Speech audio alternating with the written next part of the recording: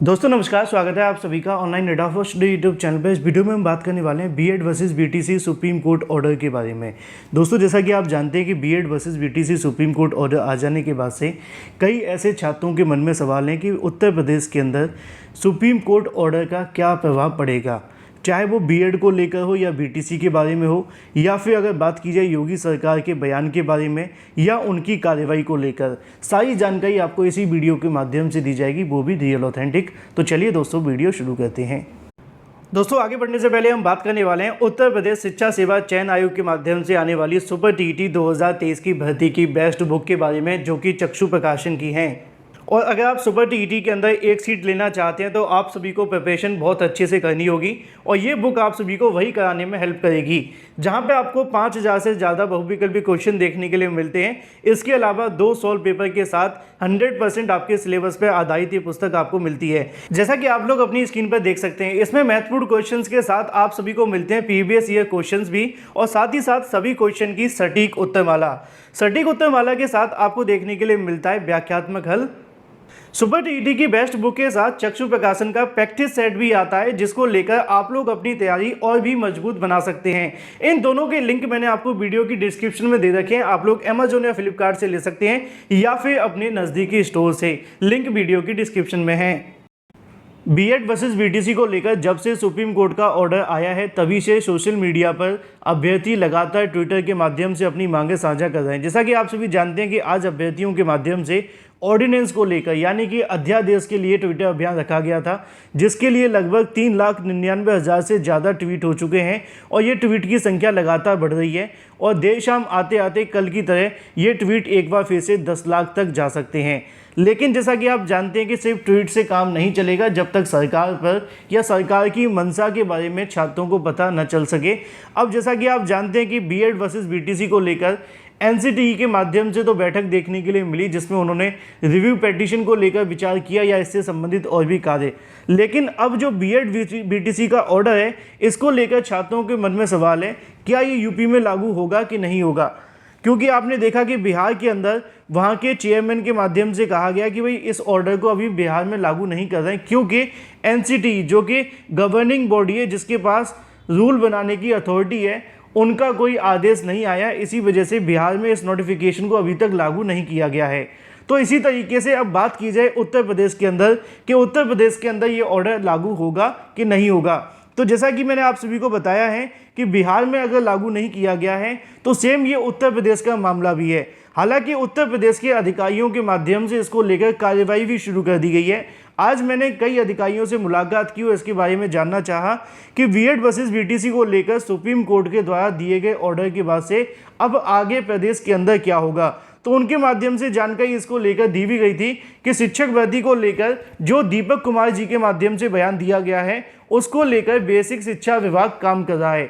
अब दीपक कुमार जी के माध्यम से क्या कहा गया था वो तो आप सभी के सामने है कि शिक्षक की जो शैक्षिक अहर्ता होती है, बीटीसी होती है, शिक्षा मित्रों की कमी के कारण पूरे प्रदेश के अंदर बीएड वाले छात्रों को 6 महीने की ब्रिज कोर्स के साथ लाया गया था। अब इस निर्णय के पढ़ने के बाद में आगे का डिसीजन लिया जाएगा। तो बेसिक शिक्षा विभाग के अधिकारी कहते हैं कि सुप्रीम कोर्ट के माध्यम से दिए गए आदेश को लेकर उत्तर प्रदेश की सरकार के माध्यम से और अधिकारियों के माध्यम से इसका अध्ययन किया जा रहा है, और अध्ययन करने के बाद में आगे की जो बातें वो स्पष्ट की जाएंगी। साथ ही साथ उनके माध्यम से ये भी जानकारी दी गई है कि उत्तर प्रदेश की नई प्राइमरी शिक्षक भर्ती के अंदर बीएड अभ्यर्थियों को मौका मिलेगा कि नहीं। तो उनके माध्यम से बताया गया कि ये अभी पूरे तरीके से एनसीटीई के ऊपर निर्भर करेगा। उन्होंने जानकारी दी है कि अध्ययन तो किया जा रहा है, लेकिन इसमें सबसे बड़ा जो हाथ होगा वो एनसीटीई का होगा, क्योंकि यूपी गवर्नमेंट के माध्यम से एनसीटीई के दिशा निर्देशों को फॉलो करते हुए ही बीएड को शामिल किया गया था। अब दिक्कत यहाँ पे ये है कि एनसीटीई की वही गाइडलाइन रद्द हो गई है, जिसके आधार पर उत्तर प्रदेश प्राइमरी शिक्षक भर्ती में बीएड शामिल हुआ था। अब चाहे वो प्राइमरी शिक्षक भर्ती की बात हो या फिर यूपी टीईटी की बात हो, कई छात्रों के मन में सवाल ये भी देखने के लिए मिल रहा था कि क्या यूपी टीईटी की मार्कशीट भी रद्द हो गई हैं, क्योंकि इस प्रकार की जानकारी सोशल मीडिया पर चल रही थी। आपको तो पता होगा कि जो सीटेट हो या यूपी टेट हो, ये सभी के सभी जो मामले थे वो सुप्रीम कोर्ट की फाइनल आउटकम के एसएलपी के अंडर में थे, यानी कि जो भी निर्णय देखने के लिए मिलेगा सुप्रीम कोर्ट ऑफ इंडिया का, उसके अधीन होंगे। अब जब सुप्रीम कोर्ट का निर्णय आ गया तो छात्रों के मन में सवाल है कि हमारा यूपी टेट इनवैलिड हो गया है, शिक्षक भर्ती से बाहर हो गए। तो इन तमाम मुद्दों को लेकर योगी सरकार के माध्यम से कहना है कि उन्होंने इस मुद्दे पर कार्रवाई शुरू कर दी है और बहुत जल्द वो इस मुद्दे पर अपनी स्थिति स्पष्ट कर देंगे। लेकिन उससे पहले एनसीटीई के माध्यम से आने वाली किसी गाइडलाइन का इंतजार यूपी सरकार भी करेगी।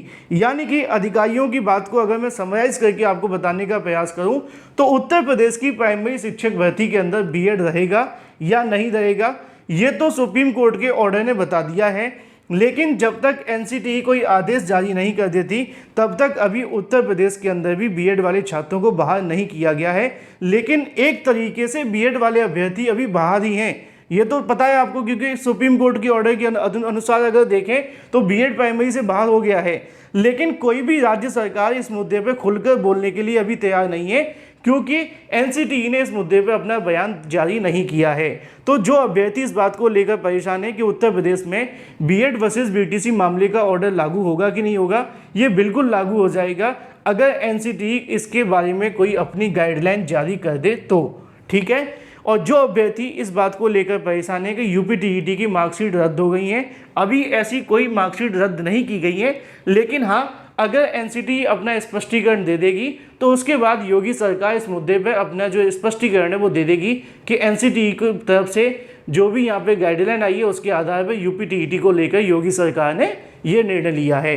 तो मुझे उम्मीद है कि आपके सभी सवालों के जवाब अब क्लियर हो गए होंगे, चाहे वो उत्तर प्रदेश की नई प्राइमरी शिक्षक भर्ती को लेकर हो या बीएड को मौका मिलने के बारे में। इन तमाम मुद्दों पर अब योगी सरकार भी विचार करने लग गई है सुप्रीम कोर्ट के आदेश के आधार पर। और आने वाले 2-4 दिन काफ़ी ज़्यादा महत्वपूर्ण देखने के लिए मिलेंगे उत्तर प्रदेश के साथ साथ पूरे देश के बीएड अभ्यर्थियों के लिए, क्योंकि राज्य सरकारों पर तो निगाहें बनी हुई हैं। अब देखना होगा कि एनसीटीई क्या लेकर आती है। अभी जो अपडेट थी वो आप सभी के उत्तर प्रदेश से यही थी। अधिकारियों का कहना है कि उन्होंने इस मुद्दे पर अपनी कार्रवाई शुरू कर दी है, जल्दी इसके बारे में अपडेट देंगे। बात कर लेते हैं 69,000 शिक्षक भर्ती को लेकर। क्या चयनित शिक्षकों पर तलवार है, क्या वो बाहर हो सकते हैं? तो दोस्तों वैसे तो इसको लेकर ऑर्डर के माध्यम से मैंने आपको जानकारी उस दिन दी थी कि पुरानी भर्तियों को लेकर कोर्ट ने इसमें कोई जानकारी नहीं दी है, लेकिन आपकी भर्ती भी उसी ऑर्डर के आधार पर हुई है जिसके तरीके से आपकी नौकरी मिली थी 28 जून 2018।